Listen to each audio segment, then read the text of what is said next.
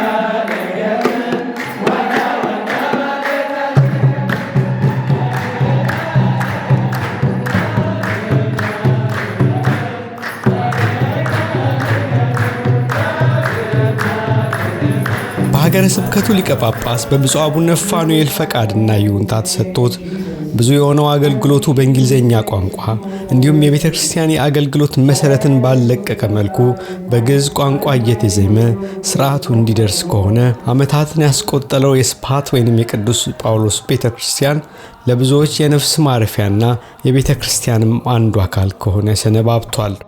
በየጊዜው እየተጠመቁ ከምዕመናኑ ህብረት የሚጨመሩ በጥምቀት ከእግዚአብሔር የሚወለዱና ወደ ቤተ ክርስቲያን ህብረት የሚመጡ ኦርቶዶክሳውያንም ጨምረዋል።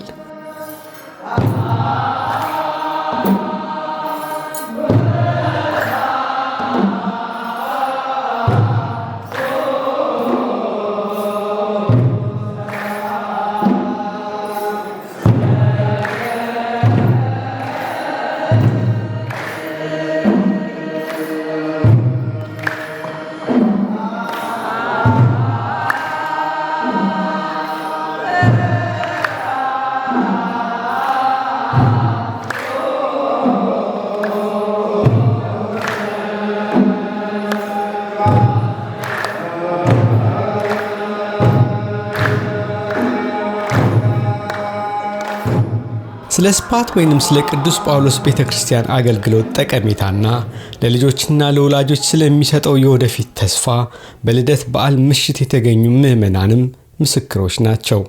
ቤተክርስቲያኑ እኔ ቅዱስ ጳውሎስን በእውነት ከእግዚአብሔር በታች የማመሰግነው ቤተክርስቲያን ነው። እኔና ቤተሰቤ በጣም ተጠቃሚ ነን። በዚህ ሌላም ሰው ሁሉ ቢጠቀም ደስ ይለኛል።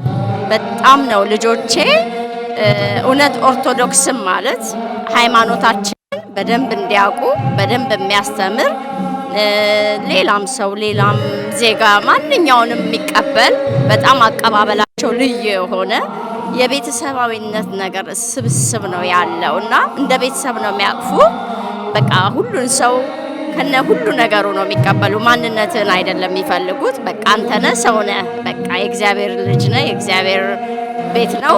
ሁሉንም ተቀብለው መንፈሳዊ ትምህርትም እኔ ለልጆቼ በእንግሊዘኛ በመሆኑ በጣም ነው የተደሰትኩት። ምክንያቱም የበለጠ መንፈሳዊ ውስጥ ጥልቅ ትምህርትና ጥልቅ ነገር እንዲያውቁ አድርጓል። ያ ትልቅ ነገር ነው። እጅግ ይሄን ሁሌም ማደንቀው ነገር ነው። በዚህም አጋጣሚ እንደውም በጣም ነው ማደንቀው ይሄንን ሀሳቡን አምጥቶ ለዚህ ደረጃ ላይ ያደረሰውን ያው ከአምላክ በታች እጅጉን ነው የምናመሰግነው። በወላጅ ስም እዚህ ሀገር የሚኖር ሰው ነው የሚያውቀው። እዚህ ሀገር ልጅን ማሳደግ ወጣት እየገጠሙ ያለውን ፈተና እዚህ ሀገር የወለደ ነው የሚያውቀው፣ የወልዶ ያሳደገ ነው የሚያውቀው። እኔም ቢሆን ያው ገና በቲኔጀር ደረጃ ባይሆኑም የ10 እና የ11 ዓመት ልጆች አሉኝ እና ትልቁ ራስ ምታት እዚህ ልጆቼ ምን ይሆናሉ ነውና ያው የቋንቋም ችግር ይኖራል። አፋቸውን የሚፈቱት በዚህ ባገሬው ቋንቋ ነው። ስለዚህ ከቤተ ክርስቲያኑ እየራቁ ይመጣሉ። ከወላጅ ብዙ ስራ ነው የሚጠበቀው። ቋንቋ አስተምረህ እንደገና ወደ ቤተ ክርስቲያን ወስደህ እና በዛ ምክንያት ብዙ ያው ከቤተ ክርስቲያን ርቆ የቀረ ወደ ሌላ አላግባብ የሆኑ ነገሮችም ውስጥ የገቡ ብዙ ልጆች አሉ። ለሱ ምናልባት በቃ ዋነኛ የሆነ እና ትልቅ ምላሽ ይዞ የቀረበ ቤተክርስቲያን ነው። ከግዕዝና ከአማርኛውም ባለፈ ቤተክርስቲያናችን ባረፈችበት አገራት ቋንቋ እየተተረጎመ የሀገሬው ሰውም ይገባል። ለእኛም ልጅ ብቻ አይደለም የተረፈው፣ ለዚህም ለሀገሬውም ሰው ተርፏል። ለሀገሬው ሰው ተርፏል። በየሳምንቱ በየ2 ሳምንቱ ነው የምናየው ጥምቀት ነው እየተጠመቁ ሃይማኖታቸውን ወደኛ ወደዚች ድንቅ ቤተክርስቲያን እየተቀላቀሉ ነውና በእውነት በቃል መግለጽ ይከብዳል የዚህን ቤተክርስቲያን አገልግሎት። እንግዲህ ቅዱስ ጳውሎስ ወይም ሴንት ፖል ኦርቶዶክስ ቤተክርስቲያን ያው በዚህ ሀገር ያሉ ልጆች በቋንቋቸው በሚረዱት ባደጉበት ባህል በሚረዱበት መልኩ እንግዲህ የድህነትን መልእክት ስለምናቀርብ እዚህ ለነሱ በጣም የሚወዱት ይመስለኛል። እንደምናየው ያው ቤተክርስቲያኑም እያደገ ነው። ስለዚህ ጎስፔል ወይም ያው ወንጌል የሚለውን ነገር ስናስብ በቋንቋ የተያዘ አይደለም። በተለያዩ ቋንቋዎች መምጣት ይችላል። ሐዋርያትም እንግዲህ ያኔ መንፈስ ቅዱስ ሲወርድላቸው በብዙ ቋንቋ ተናገሩት። ያም ለምንድን ነው ቢባል ሰውን ለማዳን ነው፣ ነፍስን ለማዳን ነው። እና ያው ወጣቱ ይህንን እድል እዚህ ስላገኘ በሚያውቁት ቋንቋ አገልግሎት እምነታቸውን የሚያውሉበት የሚማሩበት እድል ስለተሰጣቸው የመሳብ ኃይሉ ከፍ ይላል ብዬ አስባለሁ። እኔ ነው ልክ እንደኛ ቅዱስ ጳውሎስ ቤተክርስቲያን በመምጣት እኛ ያገኘነውን ጥቅም ከኛም በላይ የሆነውን ደግሞ መታችሁ ስታዩት ነው እና ልጆቻችሁንም በማበረታታት እናንተም በመበረታታት ልጆቻችሁ ጓደኛ ያገኛሉ። የቅዳሜ የእሁድ ትምህርት አለን፣ ብዙ ነገር አለ። ልጆቻችሁ የመስራት አላቸው ከሰው ጋር ከጓደኞቻቸው ከኩዮቻቸው ጋር ይሆናሉ። እናንተም ደግሞ ከወላጆች ጋር ሆነን በደንብ ቤተክርስቲያናችንን እናሳድግ፣ ልጆቻችንን በግብረ ገብ ትምህርት እንድናሳድግ ኑ እንሰባሰብ፣ አንድ ላይ እንስራ። እኛው ልናደርግ የምንችለው መጠራት ነው፣ መጋበዝ ነው አይደለም። ደስ የሚለው ነገር ምን መሰለህ፣ እንደምታየው አብዛኛው እዚህ ተሳታፊ ኮንግሪጌሽኑ ወጣት ነው። ወጣት ስለሆነ ወጣትን ይስባል። ገባ? ወጣት አንዳንዴ ያው ወጣትም ሆነ ስለምታየው አንዳንዴ ቤተክርስቲያን ውስጥ ስትገባ በትላልቅ ሰዎች ተከበ፣ አንዳንዴ አጠገብ እንኳን ለመቀመጥ ትፈራለህ ነው። ግን የሱን የእድሜ እኩያዎቹን ሲያይ ብዙ ጊዜ ኦኬ ይሄም አለ እንዴ ምንድነው ብሎ ሞር ኢንትረስት ነገር የማሳየት ነገር አለ እና ኑ ተመልከቱ። ከሁሉም የበለጠ ደግሞ እቺ ቤተክርስቲያን የምትሰጣቸውን ሰርቪሶች ታያላችሁ፣ ይገባቸዋል። ነው ማህሌቱ ይገባቸዋል፣ ሁሉ ነገር ኪዳኑ ይገባቸዋል። ቅዳሴው ደስ ይላል። ከሀ እስከ ፐ ድረስ ቅዳሴው ምን እያሉ እንደሆነ፣ ስለምን እየቀደሱ እንደሆነ፣ ስለምን ምንን እያመሰገንን እንደሆነ ሁሉ ነገር ይገባቸዋል። ቅዳሴ ደግሞ ሲገባ ሁሉ ነገር በቃ የተለየ ነው የሚሆነው እና ትልቁ ፈተናችን እንደወጣት አንዳንዴ በግዕዝም ሲሆን በአማርኛም ሲሆን ብቻ በማናውቀው ቋንቋ ሲሆን ትንሽ ይከብደናል። መቆም ብቻ ይሆናል ነው ለመማርም አንዳንዴ ይከብደናል። አሁን ግን በሚያውቁት ቋንቋ ባደጉበት ቋንቋ ሲሆን ኤክስፒሪየንሱ በጣም የተለየ ነው የሚሆነው እና ኑ ተመልከቱ፣ መጋበዝ ነው የምንችለው እኛ። ኑ ተመልከቱ፣ ይቀራሉ፣ ከገቡ አይወጡም። እንግዲህ እግዚአብሔር ፍቅር፣ እግዚአብሔር እውነት ነው፣ የሁሉ መንገድ እሱ ነው እና እሱን መረዳት መቻል አለብን። መጀመሪያ ያው ዓለም በብዙ መልኩ ያታልለናል፣ በኃላፊነት በጸጸት በምን በተለያዩ መልኩ ባለማወቅም። ነገር ግን የእግዚአብሔር ቤት ሁሉንም ይጠራል። ስለዚህ እኛ ለራሳችን ድነት ያው ወላጆች ብንሆንም መጀመሪያ ለራሳችን ማሰብ አለብን፣ ከዛም ለልጆቻችን መትረፍ እንችላለን። ስለዚህ ያው ለሁሉም የምለው ከእግዚአብሔር ፍቅር የበለጠ በምንም መልኩ ማለት ነው። ስለዚህ ያንን ለመካፈል እግዚአብሔር ሁላችንንም ይጠራናል። እድሜ ጊዜ አይገድበው፣ እውቀት አይገድበው። የቤተ ክርስቲያን ስርዓት አውቃለሁ አላውቅም፣ ነጠላ ለብሻለሁ አልለበስኩም፣ ያ ሁሉ አይገድብም። እግዚአብሔር ሁሉን ነው የሚጠራው። ስለዚህ ራሳችሁ እንደሆናችሁ ነው እና በዚህ ጉዞ ደግሞ የእግዚአብሔር ፍቅር ይለውጠናል፣ ያስተምረናል።